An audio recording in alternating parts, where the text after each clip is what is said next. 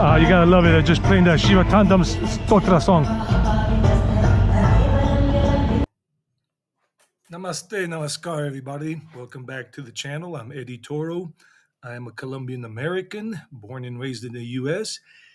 And as a few of you know, I love traveling, and I was a digital nomad. And I did live in Mexico for 6 months as a digital nomad, working with my students who were learning and still are learning English. And I also lived in India for 6 months, and I lived in Nepal for 2 months. But I couldn't continue being a digital nomad. Things changed. And if you don't know why, I'll leave the link at the end of this video, in addition to two other videos, in case you're interested in this whole Nepal thing, which is beautiful, great. So, taking a break from the Colombia stuff because I am in Colombia. That's where I live. That's my country of residence and all of that. Not the U.S. anymore, even though that's where I'm from in the U.S. So here we go. The new digital nomad visa launching in one of the world's cheapest countries, Nepal. Beautiful land. I didn't get to explore too much of it, even though I was there for 2 months and I was going to be there for 3 months total, which is what we are allowed to do in terms of foreigners on a tourist visa, because they have the 15-day visa, which is like $25. The 30-day visa is approximately $50, and the 90-day visa it's 125, and that's the one I paid for, but I couldn't stay the full 3 months. Now, as we're going through this video, I'm just showing you all these clips that I made there and beautiful stuff like Holi. Wow, Holi, awesome, awesome festival, a Hindu festival that is celebrated in Hindu countries like India, of course, where the majority of people are Hindu, or in Nepal, which is the majority of people are Hindu. It's not a religion, even though many claim it to be, but Hindus themselves, Indians that are Hindus, told me when I was in India, both occasions that I've been there, that this is not a religion. This is just a way of life, the way we connect with the divine. And we have different ways of connecting with the divine, but we know that the divine is one. But we just have different ways of seeing the divine because that's the way we are. And no problem there. So Holi, Kathmandu is awesome. I did spend a total of about 6 days there, 7 days approximately. And in Pokhara, I spent basically almost 2 months there, and it was awesome.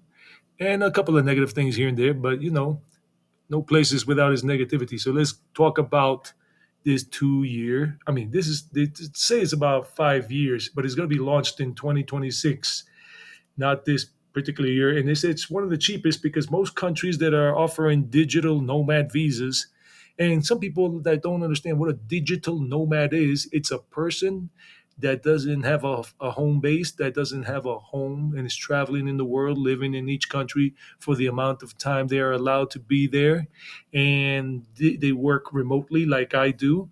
And that's why they call it a digital nomad.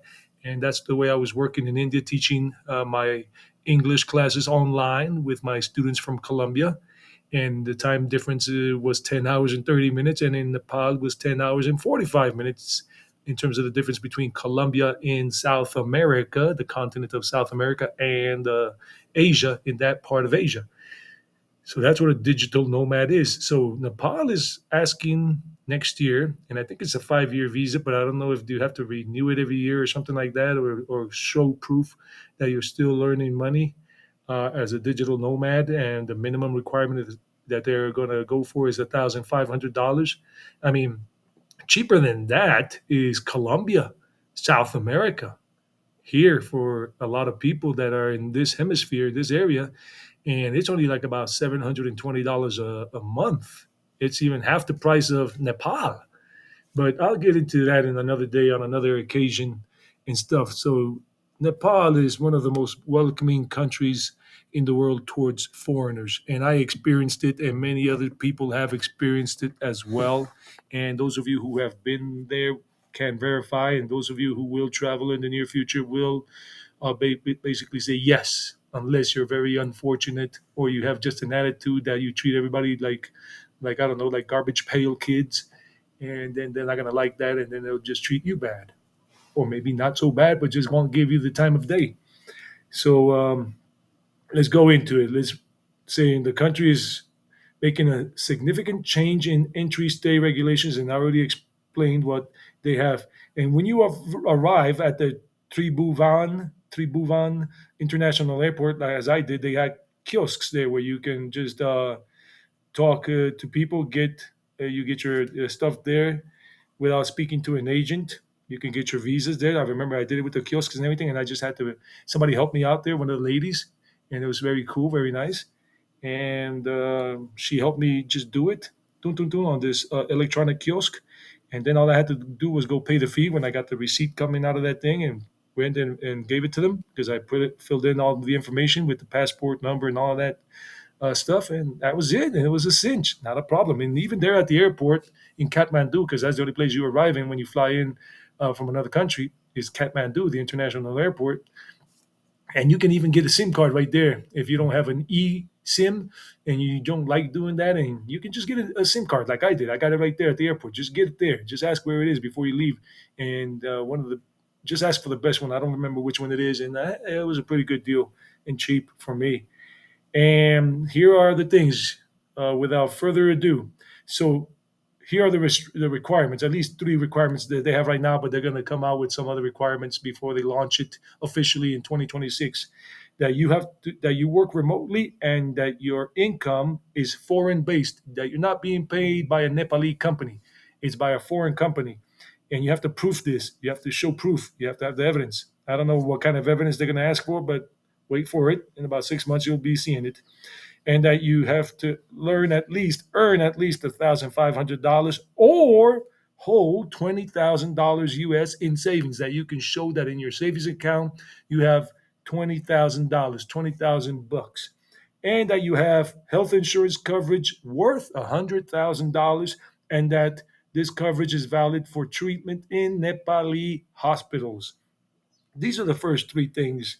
And of course, they're going to probably include background checks. Like you're going to have to, provide some kind of a police report, like a thing saying that you're not wanted by the law in your homeland and stuff like that, or they don't have any criminal record or anything that is going to be sketchy for them, unwelcome. And of course, you're going to have to, pay the visa fee. But we don't know what that visa fee is right now at this time because it's only June when I'm making this video, and you guys are going to see it in July. And I really did enjoy it there. I mean, you're going to see a clip where it says Happy New Year 2081. Their calendar is about 52 years older than the Gregorian calendar that we use here in the West. Nepal has a much older calendar by about 50 years. That's why when I was there last year in 2024, we celebrated the New Year, which was 2081. And the whole celebration there was nice in Pokhara. It was cool, cool. Very nice.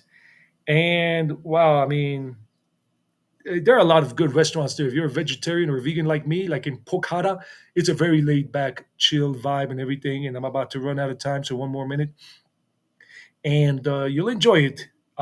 Such nice people, such good cafes for Westerners. The cost of living was pretty cheap. I had like an apartment for $250.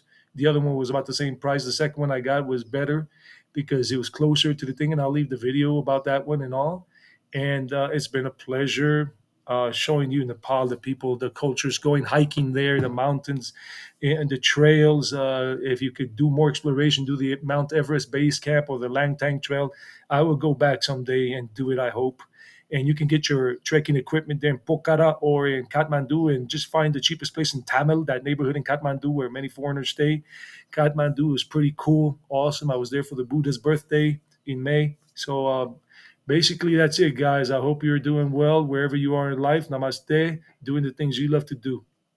Bye. Until next time.